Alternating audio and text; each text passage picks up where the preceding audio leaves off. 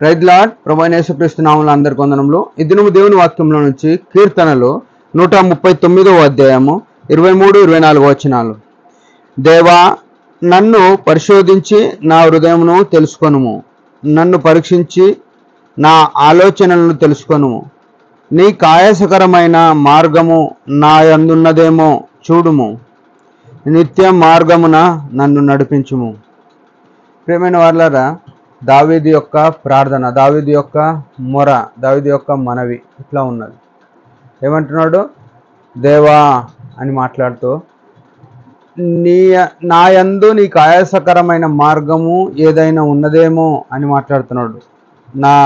నా యందు నా హృదయమును పరిశోధించి తెలుసుకొనుము, నా ఆలోచనలు కూడా పరిశోధించి తెలుసుకొనుము, నీకు ఆయాసకరమైన మార్గము నాలో ఉందేమో అంటున్నాడు. తన హృదయమును తన ఆలోచనను దేవుని ఎదుట పెడుతున్నాడు. దావీదు తన హృదయమును తన ఆలోచనను దేవుని ఎదుట పెడుతున్నాడనే మాట అర్థం ఏంటంటే, దేవునికి నచ్చినట్టుగా ఉన్నాడు కాబట్టి ఆ రకంగా చేయగలిగినాడు. ప్రతి మనుషుడు కూడా, శరీరంలో ఉన్న ప్రతి మనిషి కూడా ఏదైనా పొరపాటు చేస్తే తన సెన్స్, తనకున్న ఇంగిత జ్ఞానాన్ని బట్టి చేసింది తప్ప రైటా తెలిసిపోతుంది. ఆ తెలిసిపోయినప్పుడు తప్పు చేస్తే ఆటోమేటిక్గా దాక్కోవడానికి చూస్తాడు. ఆదాము కూడా, అవ్వలు కూడా ఆ పండు తిన్నప్పుడు వారికి సెన్స్ అర్థమయ్యి, వారి ఇంగిత జ్ఞానానికి అర్థమైపోయి వారు దాక్కోవాల్సి వచ్చింది. అదే రీతిగా కయ్యను కూడా తన తమ్ముడైన ఏబేలును చంపినప్పుడు ఆయన నాకు సంబంధం లేదు అని దేవుని స్వరానికి వ్యతిరేకంగా మాట్లాడినాడు. అంటే ఎప్పుడైతే తప్పు చేస్తామో, మన జ్ఞానం మనకు తెలిసిన వివేచన ప్రకారం తెలిసినప్పుడు దాని నుంచి తప్పించుకుంటాం. ఈ దావీదు జీవితం చూస్తే చాలా విచిత్రంగా ఏమంటున్నాడు? నన్ను పరిశోధించు దేవా, నన్ను పరిశోధించు, నా హృదయం చూడు. అంటే హృదయంలో ఏం లేకుండా యథార్థంగా ఉన్నాడు. ఇంకా నా ఆలోచనను తెలుసుకొని అంటున్నాడు. ఆలోచన కూడా దేవునికి నచ్చినట్టుగా ఉన్నాడు. అందుకే దేవుని ఎదుట తన జీవితం పరిచినట్టుగా కనబడుతుంది. అది ఇంకేమంటున్నాడు? నీకు ఆయాసకరమైన మార్గం నా యందు ఏదైనా ఉందేవో చూడుము, నిత్య మార్గమును నడిపించుము. నిజంగా ఈ గొప్ప సాక్ష్యము మన జీవితంలో ఉంటే బాగుండు.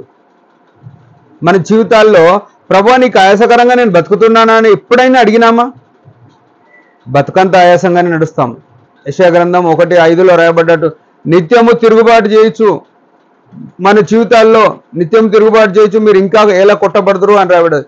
ఈనాడు దుష్టుని చేత, సమస్యల చేత, కృంగుదలలు, అనేకమైన విమర్శలు ఎందుకు వస్తున్నాయంటే, మన ఆలోచనలు ఆయనకు ఇంపుగా, మన హృదయము ఆయనకు ఇంపుగా లేని కారణాన మన జీవితంలో ఆయనకు ఆయాసకరంగా నడుస్తున్న వాళ్ళం. ఆయనకు ఆయాసకరంగా నడిచి ఆ నిత్య మార్గాన్ని కోల్పోయే ప్రమాదంలో ఉన్నాం. ఆయన ఏమంటున్నాడు?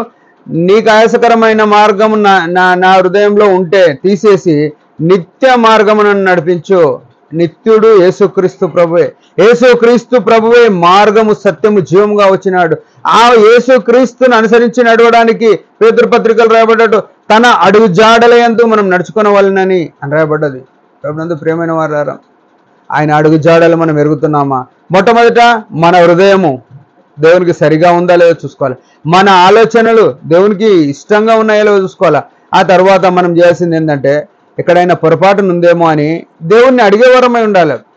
తెలిసి తెలియక కూడా ఏమన్నా పొరపాటు చేస్తున్నామేమని మనం యథార్థంగా అన్ని విషయాలు సరి చేసుకొని ప్రభుని అడగాలి. ప్రభువా నీకు ఆయాసకరమైన మార్గం ఉంటే నన్ను తీసేయి అని అడగాలి, దావీదు అడిగినట్టుగా. దేవుడు ఏం చేస్తాడు?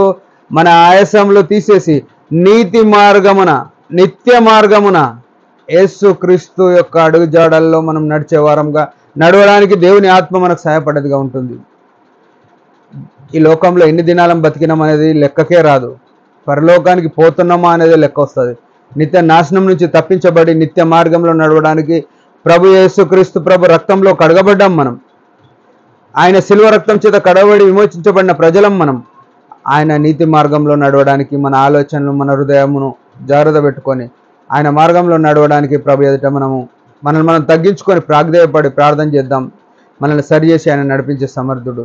దేవుడి మాట దీవించును గాక. చిన్న ప్రార్థన. పరమ తండ్రి యేసు ప్రభు నామములో వందనాలు. ఉదయకాలం దావీదు లాంటి జీవితం మాకు కూడా అనుగ్రహించండి. మా హృదయము, మా తలంపులు నీకు ఆయాసకరంగా ఎక్కడ లేకుండా నిత్య మార్గం నడవడానికి కృపణీయమని యేసు ప్రభు నామములో ప్రార్థిస్తున్నాం తండ్రి. ఆమెన్. మీరందరి పరిచయం గురించి భారంగా ప్రార్థన చేయండి. Praise the lord.